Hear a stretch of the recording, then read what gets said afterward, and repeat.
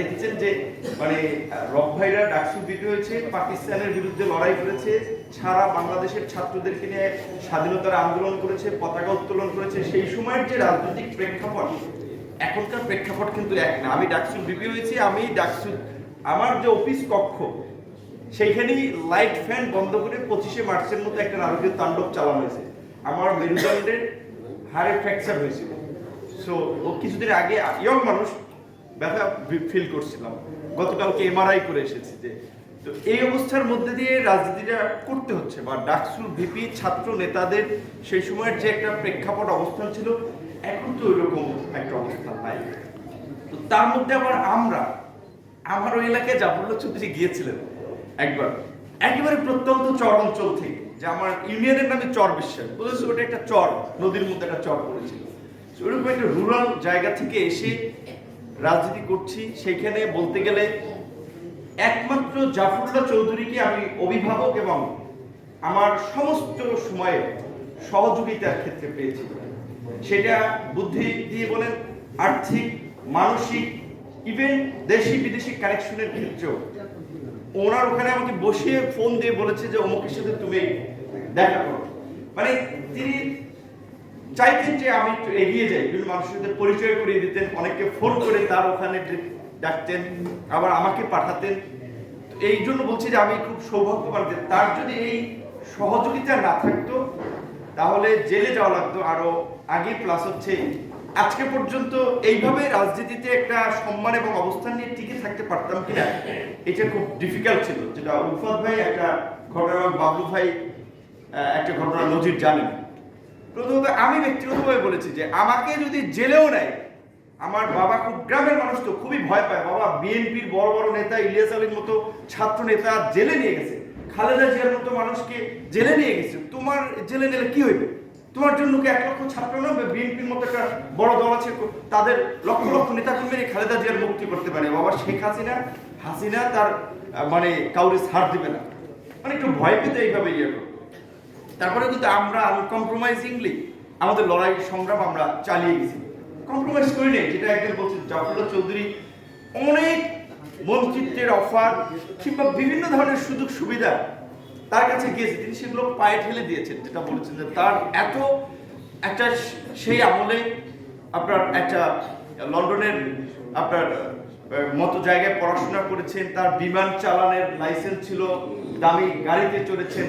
ওই আমলের বিলেতি সাহেব, যেটা এখন তো লন্ডন বলে কিন্তু ওই বিলেতি বলতো, তো সেই আমলে বিলেতি জীবনযাপন করে বাংলাদেশে এসে 20 বছর ধরে এক শার্ট পড়ছেন। এটা তো কোনো সাধারণ মানুষের পক্ষে বর্তমান প্রেক্ষাপটেও মানে চিন্তাই করা যায় না। তিনি এরকম সাধারণ চিন্তা, ঢাকার বাইরে গেলে আমি গেলে আমার নিরাপত্তার জন্য সাথে 2টা গাড়ি নেওয়া লাগে, অন্তত একটু স্বাস্থ্যবান 20-25টা ছেলেকে নিয়ে যাওয়া লাগে, যে হামলা টামলা হলেও যারা প্রতিরোধ করতে পারে। তারপর ওইখানে একটা প্রোগ্রামে গেলে আবার একটা প্রোগ্রাম আয়োজন করতেও খরচ আছে। সে ভাসানির সাথে আমরা রাজনীতি করছি, কারো লাউ হয় ও লাউ দিবে, কারো ধান হয় ও চাল দিবে, কারো বাসায় হাঁস মুরগি আছে ও মুরগির ডিম দেবে। তা তোমার খরচ কোথায়? প্রোগ্রাম আয়োজন হয়ে যাবে। তুমি এইভাবে করো। তুমি তো আওয়ামী লীগ বিএনপির মতো বড় দল না, তুমি তো এমপি মন্ত্রী হও না, এখনই তুমি ওদের মতো বিশাল বিশাল সমাবেশ করবা, লাখ লাখ পয়সা পাতি খরচ করবা। তুমি রিক্সাওয়ালা, ভ্যানওয়ালা, কৃষক, সাধারণ মানুষ, এদেরকে নিয়ে রাজনীতি করো, তুমি এদেরকে টার্গেট করো, এই প্রতিষ্ঠিত লোকজনকে তুমি পাবা না। মানে এইভাবে উনি বলতো। ইভেন বাবলু ভাই ভাষা অনুসারী পরিষদ, গণসংহতি আন্দোলন, রাষ্ট্র সংস্কার আন্দোলন, রক ভাইদের সংগঠন জেএসডি, বেশ কিছু সংগঠনকে তিনি মাঝে মাঝে ডাকতেন, দুপুরে লাঞ্চ করাতেন, সন্ধ্যা নাস্তা করাতেন। মানে এই প্রেক্ষাপটে আমরা কি করতে পারি, তিনি বসার একটা জায়গা করে আলোচনার জন্য ছেড়ে দিতেন যে তোমরা কথা বলো, মানে দেশের এবং এই চলমান পরিস্থিতি নিয়ে। এটা আপনারা সবাই জানেন যে বিএনপি 2018 সালের নির্বাচনের পরে দীর্ঘদিন সরকারের দমন পীড়ন, নানান পরিস্থিতির কারণে কিন্তু বিরোধী দল হিসেবে যে স্বাভাবিক তার অ্যাক্টিভিটি সেটি কিন্তু করতে পারছিল না। 22-এর শেষ দিকে এসে বলা চলে কিছুটা ভাইব্রেন্ট হয়েছে। ইউএস এর নিষেধাজ্ঞার একটা প্রভাব আমাদের বিরোধী দলের রাজনীতি তখন পড়েছিল, যদিও আমরা সেটা কাজে লাগাইতে পারি। শেখ হাসিনা যদি ওই সময় বিরোধী দলে থাকতো, সব থানা ঘেরাও করতো, যে পুলিশের উপরে নিষেধাজ্ঞা, র্যাবের উপরে নিষেধাজ্ঞা, প্রতিষ্ঠান শেষ করে ফেলছে। তো যাই হোক, আমরা বিরোধী দল অনেক পরিস্থিতি সুযোগ পেয়েও ওই সেন্সে আমরা এই ধরনের একটা দৈত্য দানবীয় সরকারকে আঘাত করে নামাতে পারিনি, সেটা আমাদের একটা দুর্বলতা ছিল। তো জাফরুল্লাহ চৌধুরী আমাদেরকে এই যে বসাইতেন, কথা বলতেন, আমরাই কথা বলতাম, তিনি কোনো পরামর্শ দিতেন না। তারপরে আমরা এই গণতন্ত্র মঞ্চ প্রকৃত অর্থে গঠন করে কিছুটা আন্দোলন সংগ্রাম কর্মসূচির মধ্যে দিয়ে আমরা শুরু করি, এবং তিনি বারবার বলতেন যে ঢাকায় বৈশা, ঘরের মধ্যে বৈশা সভা সেমিনার করে কিছু হবে না, তোমরা বাইরে যাও, জেলায় যাও। মানে তিনি তৃণমূলের লোকজনকে ভাইব্রেন্ট করার জন্য ওই দিকে যাওয়ার জন্য অনুপ্রাণিত করতেন। তারপরে যাই হোক, আন্দোলন তো শেষ পর্যন্ত বিএনপির এরকমের একটা দুরবস্থা কাটিয়েও সমগ্র জাতির নেতৃত্ব দেওয়ার জন্য একটা উপযুক্ত জায়গায় তারা পৌঁছেছে। আমরাও সহযোগিতা করেছি, কারণ আমরা মনে করেছি যে বিএনপির মতো একটা সুসংগঠিত দল, যার ইউনিয়ন পর্যায় পর্যন্ত একেবারেই একটা সুসংগঠিত কাঠামো আছে, কাজেই তারা এবং আমরা বাকি বিরোধী দল সবাই যদি মিলে মিশে একটা আন্দোলন করি তবেই এই সরকারকে আমরা সরাতে পারবো, আদারওয়াইজ না। যেই কারণে কিন্তু মত পথের ভিন্নতা সত্ত্বেও, এবং দেখেন যে বিএনপির এই সময় বামপন্থী, ডানপন্থী সবাই কিন্তু বিএনপিকে আমির মেনে একটা আন্দোলনে ঝাঁপিয়ে পড়েছিল। যাই হোক, আমরা সেখানে কৌশলগত ভুলের কারণে সেটা আমাদের মানে সাকসেস হয় নাই। এখন আবার হয়তো সামনে আন্দোলন হবে, কারণ স্থানীয় নির্বাচন আমরা বর্জন করছি।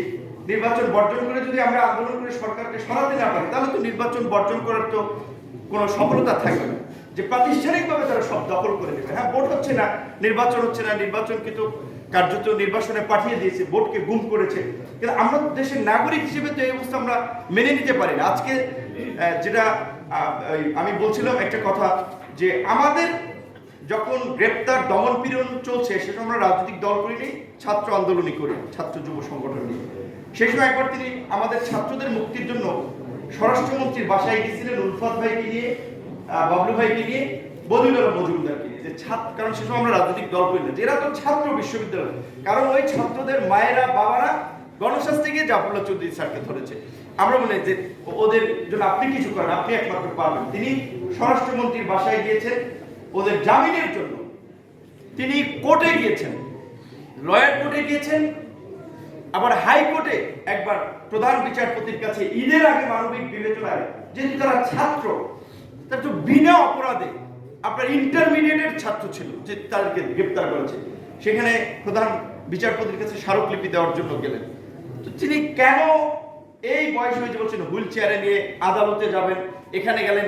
ইভেন আবার কোটা সংস্কার আন্দোলনে বাংলাদেশের বলা চলে গত এই 3 দশকের মধ্যে যে একটা ছাত্র আন্দোলনের কম্পন হয়েছিল 18 সালে, আমরা সেই আন্দোলন করেছিলাম, সেইখানেও তিনি ডক্টর কামাল হোসেনকে তিনি এগ্রি করিয়েছিলেন লয়ার করে যেতে, কারণ কামাল স্যার তো এই লেভেলের মানুষ, এখন প্র্যাকটিসই করে না, তারা লয়ার করে তার পরের কথা। তিনি সেখানে নিয়ে গিয়েছিলেন, বেশের মইনুল হোসেনকে নিয়ে গেছিলেন। সরি টু সে, যে আরো অনেক মানুষ আছেন, তারা কিন্তু এটা ফিল করে নাই যে এই ছাত্ররা এই ফ্যাসিস্ট শক্তিকে যে একটা ঝাঁকুনি দিয়েছিল, তাদের পাশে দাঁড়ালে তারা আরো স্পিরিটেড হবে, সামনে ভালো কিছু করতে পারবে। ওই অসুস্থ লোকটা হুইল চেয়ার 3 দিন ডায়ালাইসিস করে তিনি ওখানে বসে ভাবছেন যে ওদের পাশে দাঁড়ানো দরকার। এইটা শুধুমাত্র আমাদের পাশে দাঁড়িয়েছেন, ছাত্রদের পাশে, বা এই 2-3 বছরে এমনটা, তার পুরো জীবনটাই এই রকমের ভাবেই তিনি পরিচালিত করেছেন। যেই কারণেই আজকে আমরা বলছি যে তিনি ব্যক্তি থেকে একটা প্রতিষ্ঠানে পরিণত হয়েছেন, যেই কারণে আজকে বিএনপির বড় বড় নেতা থেকে শুরু করে মুক্তিযোদ্ধা, বাম দল, ডান দল, আমরা সবাই মিলে তাকে স্মরণ করছি, এবং তার শূন্যতা খুব গভীরভাবে ফিল করছি। যে আপনারা জানেন, ইঞ্জিনিয়ারিং ইনস্টিটিউটে একটা নাগরিক স্মরণ সভা হয়েছিল, সমাজের বিভিন্ন শ্রেণীর মানুষরা সেখানে ছিল, আবার আরো 4-5টা দলের স্মরণ সভা হয়েছিল। আমরা এখানে একটা স্মরণ সভা করেছিলাম। এই যে আপনি কোনো রাজনৈতিক দলের স্পেসিফিক ভাবে যদি ধরেন একটা রাজনৈতিক দলের নেতা, তাহলে তার দল তাকে স্মরণ করে।